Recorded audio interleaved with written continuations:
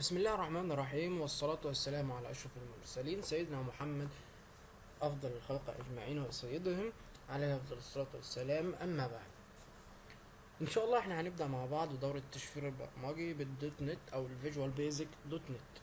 النهاردة هيكون أول درس، هيكون بس تعريف عن بعض المتغيرات والأساسيات باللغة العامية البسيطة بكلمات واضحة وبسيطة إن شاء الله الجميع يفهمها وخاصة المبتدئ.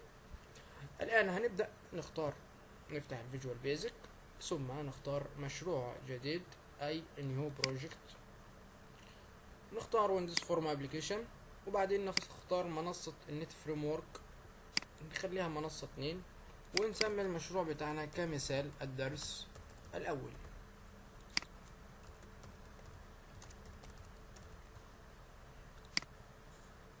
الحين هو الوضع التلقائي عند بداية مشروع جديد يكون الشكل على شكل فورم، أي يكون البرنامج الخاص بي أو المشروع الجديد الذي سوف أعمله يكون على شكل فورم. طبعا هناك أشكال كثيرة يمكن استخدامها في التشفير، مثل لو قلت له مثلا اد موديل، ماشي، عشان نوضح الفرق بين الموديل والفورم مثلا كبداية ونفهم مع بعض الفرق بين الموديل والفورم. أول فرق إن البرنامج بتاعي لما يكون على شكل فورم أو يكون في وضعية الفورم بيكون ليه نقطة بدء تشغيل، يعني البرنامج بتاعي بيكون ليه نقطة بدء تشغيل. بنقطة بدء التشغيل دي مثلا، يعني أنا لو ضغطت على الفورم هيجيب لي الأكواد بتاعة الكلاس بتاع الفورم، ويجيب لي نقطة بدء التشغيل في وضع الفورم. نقطة بدء التشغيل في وضع الفورم هي الفورم واحد لود مثلا، أو مثلا لأنها فورم دي أول فورم أنا ضايفه، فهي فورم واحد لود. لو ضفت فورم غيره هيبقى فورم اتنين لود، بس هي الفورم لود عموما يعني. تمام، دي نقطة بدء التشغيل الخاصة بالبرنامج في وضع الفورم. أي يعني أول ما البرنامج بتاعي يشتغل هينفذ الأوامر أو هيقرأ الأوامر أو هيستدعي الوظائف اللي أنا حاططها منين بالظبط. فهو أول ما هيشتغل البرنامج هيروح على نقطة بدء التشغيل الخاصة بالبرنامج أو الخاصة بالمشروع بتاعي، ويستدعي الأكواد اللي موجودة جواه. دي بالنسبة لنقطة بدء التشغيل الخاصة بالفورم. تمام، اما نقطة بدء التشغيل الخاصة بالموديل هي اسمها سب مين. السب مين ده تعريف ثابت موجود للغة ذات نفسها، للغة البرمجة ذات نفسها، اسمه سب مين زي ما انا كتبت كده، بيستخدم في الموديل.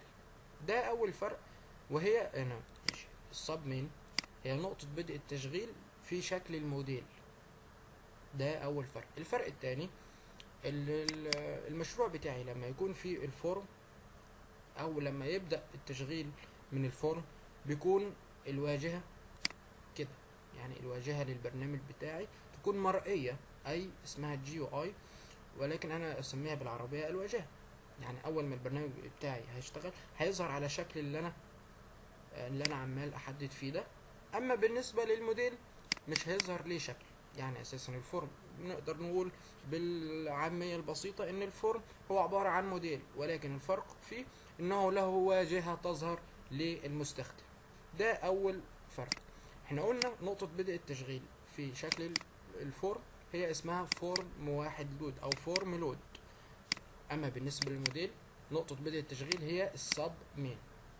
اوكي، لتوضيح فرق اخر نروح على ماي بروجكت اي اعدادات المشروع. دلوقتي احنا لقيت هنا حاجه اسمها ستارت اب فور، وهو مختار يعني نقطه بدء التشغيل للبرنامج بتاعي او المشروع بتاعي هي الفورم واحد، يعني فورم واحد لود. دلوقتي انا مش هستخدم مثلا في اول درس الفورم، فانا حذفت الفورم مثلا وهستخدم الموديل. دلوقتي انا هستخدم الموديل ونقطه بدء التشغيل الخاصه بيه هي السب مين. دلوقتي انا لو بصيت عندي ايرور ليست اللي موجوده عندي هيقول لي فورم واحد از نوت ممبر، يعني يقول لي الفورم واحد يعني مش موجوده في المشروع بتاعك او البرنامج اللي هو اللي اسمه الدرس الاول. خلاص انا هروح على ماي بروجكت تاني، وعندي ستارت اب فورم، هو هنا كان محددها فورم واحد، عشان كده اعطاني خطأ لان انا حذفت الفورم واحد. طيب في حالة الموديل او في حالة السب مين بشيل طبعا علامة الصح من على enable application framework، وبعدين هنا باجي عند ستارت اب اوبجكت وبختار السب مين اللي هي نقطة بدء التشغيل الخاصة بالموديل. أظن إن كل شيء واضح. نخش بقى في كتابة الأكواد الخاصة بالتشفير البرمجي. في أول حاجة إحنا بنكتب متغير اسمه dim، مثلا نقول dim أحمد as string. هنكتب الأكواد كلها وبعدين نشرح الكود بالتفصيل البسيط. يعني معنى كلمة dim يعني معناه عرف احمد، طبعا ده اي اسم ممكن استبدله باي اسم. as string يعني عرف احمد كمتغير. السترنج ده شيء يسمى في البرمجة متغير. المتغيرات انواع كثيرة، منها متغير اسمه string. اذا الجملة بتاعتنا دي انا هقول له عرف متغير نوع المتغير string. السترنج ده اسمه احمد. خلاص انتهينا من السطر الاول. نخش على السطر الثاني. تمام، هنقول له برضو dim يعني عرف مثلا اي اسم as byte ونبدأ الشرح. احنا قلنا في الاول هنا dim احمد as string يعني عرف متغير من نوع string. المتغير ده اسمه هيكون احمد. نفس الكلام هنا هنقول له عرف متغير dim المود as byte، عرف متغير نوعه byte، اسم المتغير المود. طبعا الاسماء دي ممكن تتغير باي اسماء اخرى. ايه الفرق بين المتغير اللي نوعه string والمتغير اللي نوعه byte؟ المتغيرات كتيرة طبعا زي ما قلنا، بس احنا هنشرح اللي احنا عاوزينه بس عشان مش هيبقى فيه لخبطة من اول درس. المتغير اللي نوعه string هو عبارة زي حاوية نصوص يعني لا تقبل الا النصوص.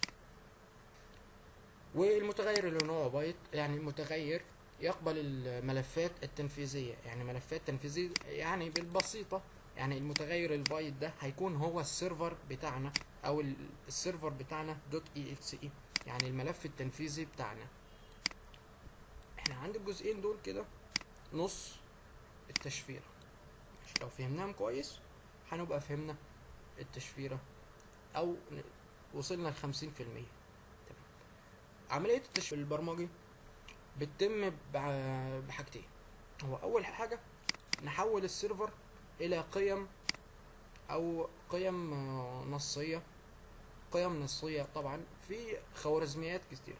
يعني احنا بنحول السيرفر من بايت الى سترينج، يعني بحوله من بايت الى سترينج. زي ما قلت بحول السيرفر exe اللي هو اساسا البايت وبعدين بحوله لسترينج. وبعدين في عملية التشفير البرمجي بعكس العملية. ازاي؟ يعني انا دلوقتي عندي برنامج اسمه فايل تو بيز 64. اكون السيرفر الاول، ابني السيرفر بتاعي باي برنامج استخدمه، وبعدين بشغل البرنامج وبختار السيرفر اللي انا عاوز اشفره واضغط كونفيرت. دلوقتي البرنامج كون لي ملف نصي اسمه بيز 64 دوت تكست. يعني ايه؟ البرنامج وظيفته كالاتي. البرنامج فايل تو بيز 64 كونفرتر وظيفته كالاتي: هو تحويل البايتات او السيرفر exe الى ملف نصي. بسيطة جدا. دلوقتي السيرفر اللي هو exe مش محتاجينه. ليه؟ لان احنا حولنا لملف نصي. فرضا دلوقتي انا لو جيت شغلت الملف النصي مش هشتغل. ليه؟ لانه مش ملف تنفيذي، لانه ملف نصي. الملف النصي يفتح بالنوت باد. الكلام اللي موجود ده او القيم دي عبارة عن قيم السيرفر المحولة الى خوارزمية بيز 64. خوارزمية بيز 64 هي خوارزمية تستخدم في تشفير النصوص، عموما تستخدم في تشفير النصوص. يعني خوارزميات التشفير تستخدم اساسا في تشفير النصوص، ولكن نحن نستخدمها في التشفير البرمجي للملفات. طيب دلوقتي الملف ده اللي هو قيم السيرفر النصية المحولة الى بيز 64. خلاص اوكي. هنبدأ دلوقتي بعد ما حولنا السيرفر. ماشي، احنا قلنا هنا المتغير ده اللي هو احمد as string ما بيقبلش غير حاجة واحدة. وهي كحاوية نصوص. اذا هنعمل ايه؟ هناخد القيم النصية الخاصة بالسيرفر، مثلا كوبي، وانا هنا عملت يساوي، وبعدين فتحت علامتين تنصيص، فتحت العلامتين التنصيص، ماشي، نمسح علامتين التنصيص، فتحت علامتين تنصيص. دلوقتي هحط القيم النصية بين علامتين التنصيص، يعني ده العلامة الأولى، علامة التنصيص الأولى، ودي العلامة الثانية، أو دي الأولى والتانية هي التانية. فاحنا بنحط قيم السيرفر النصية بين علامتين التنصيص لأنهم يعني أو نص غير معرف، لذلك أنا عرفتهم بأنهم حاوية نصوص أو أنهم نص. النص ده عبارة كله عن اسمه أحمد. خلاص كده احنا انتهينا من الجزء الأول، وهو تحويل السيرفر إلى قيم نصية باستخدام أي خوارزمية معينة. نيجي لحاجة تانية. احنا قلنا هنا البرنامج بيعمل ايه؟ التشفير عموما هو عبارة عن عكس الوظيفة اللي بيقوم بيها البرنامج. يعني هنا البرنامج ده قام بخطوتين، هو تحويل السيرفر او البايت الى ملف نصي باستخدام خوارزمية بيز 64. يعني اول حاجة حول السيرفر الى البايت الى ملف نصي سترينج، ثم استخدم الخوارزمية اللي اسمها بيز 64 في العملية دي. احنا لما نيجي بنشفر تشفير برمجي بنعكس الكلام اللي احنا قلناه. يعني انا دلوقتي قلت البرنامج وظيفته كالاتي، بكرر وبعيد لانك لو فهمت الجزء ده بالنسبة للتشفير البرمجي كل شيء هيكون سهل ان شاء الله. اول حاجة البرنامج حول السيرفر من بايت الى ملف نصي باستخدام رقم 2 باستخدام خوارزمية بيز 64. يبقى احنا المفروض نعكس العملية اللي قام بيها البرنامج عشان نشفر تشفير برمجي. نعكس العملية تاني. يبقى المفروض اول حاجة افك الخوارزمية وبعدين احول السيرفر لبايت. يبقى انا هنا هقول له اول حاجة قلتها له النص ده، وبعدين عرفت له بايت اللي هو اسمه المود. البايت ده قيمته هتساوي ايه؟ هتساوي convert دوت from base 64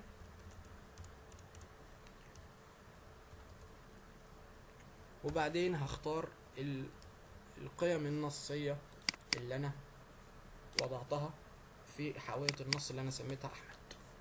نرجع ونعيد تاني. البرنامج ده اللي هو فايل تو بيز 64 قام بالوظيفتين الاتيتين: حول السيرفر الى قيم نصية، حول السيرفر الى قيم نصية، السيرفر نوعه بايت حوله الى قيم نصية.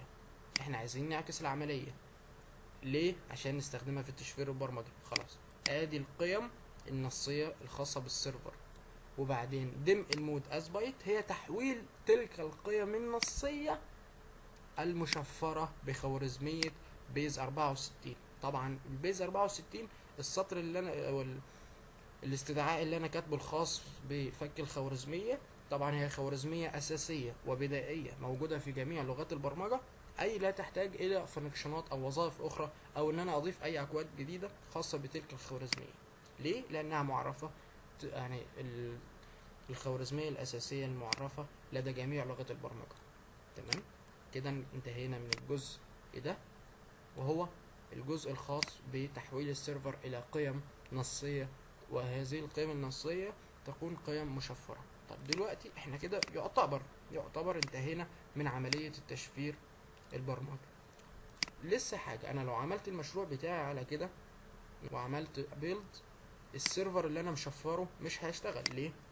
لان انا قلت هنا البايت ده عبارة عن قيم السيرفر ال EXE، يعني المود ده عبارة عن قيم السيرفر ال EXE، بس مش هيشتغل. ليه؟ لانه هيشتغل جوه بيئة البرنامج بس، اما احنا عايزينه يشتغل جوه بيئة الويندوز. لذلك احنا بنستخدم حاجتين: حاجة اسمها نقطة الادخال، وحاجة تانية اسمها الران بي.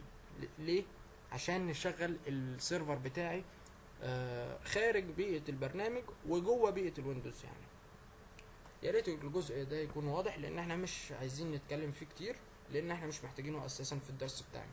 خلاص احنا ممكن نستخدم دلوقتي نقطة ادخال او انتر بوينت. ده برنامج توليد نقاط ادخال.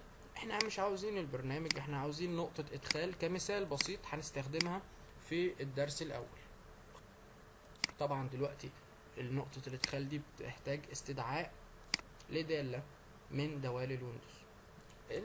نقطة الادخال مش هنشرحها ولا هنتكلم فيها، ولكن كل اللي انا هتكلمه ان هو هنا لما هنا قلت لود، يعني هنا بيلود البايت، لود البايت. نقطة الادخال يعني بالبساطة بتقوم بتشغيل السيرفر البايت بتاعي اللي هو شغال جوه بيئة البرنامج بتاعي، ماشي، هيشغل السيرفر بتاعي في ذاكرة الويندوز، دي نقطة الادخال. اما بالنسبة للرامبي، الرامبي يقوم بتشغيل السيرفر او بيقوم بحقن السيرفر، يعني هو الجزء ده دم المود از بايت عبارة عن السيرفر بتاعي فرضا، يقوم بحقن البايت اللي هو السيرفر بتاع المود جوه البرنامج نفسه. يعني اول ما هاجي اشغل البرنامج هيشتغل السيرفر مباشرة. اما هنا الفرق بين نقطة الادخال والرامبي، نقطة الادخال بتحقن الملف او البايت بتاعي اللي هو السيرفر بتاعي في ذاكرة الجهاز. وخلاص احنا كده انتهينا من اول درس. واروح على بيلد، بيبني المشروع بتاعي، واروح عند المكان اللي انا حفظت فيه المشروع بتاعي وهو اسم الدرس الاول، اروح عند ملف الديباج، بلاقي ده السيرفر بتاعي، ده السيرفر المشفر، ده سيرفر كلين فرضا. ودي طبعا القيم النصية خلاص احنا مش محتاجينها لان احنا ضفناها في المشروع بتاعنا. خلاص دلوقتي انا هاجي افحص مثلا ببرنامج لافاست، هلاقي نو ثريد فاوند، يعني الملف بتاعي كلين ومشفر. لما هاجي اشغل دلوقتي البرنامج هيشتغل جوه بيئة الويندوز، لذلك السيرفر بتاعي هيشتغل بنجاح ويصل التبليغ. ده كان اول درس من دورة التشفير البرمجي بالفيجوال بيزك دوت نت. ان شاء الله انتظرونا في درس تاني.